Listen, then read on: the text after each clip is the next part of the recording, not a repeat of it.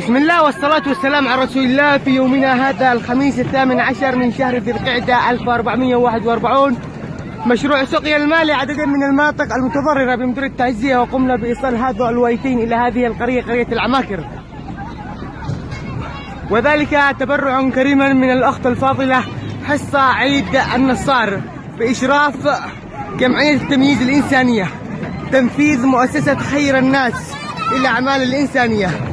كتب الله أجركم وجعل هذا الخير العظيم في ميزان حسناتكم، وسقاكم الله من حوض الجنة، وغفر الله لكم ولوالديكم ولكل من شارك وساهم لإيصالهم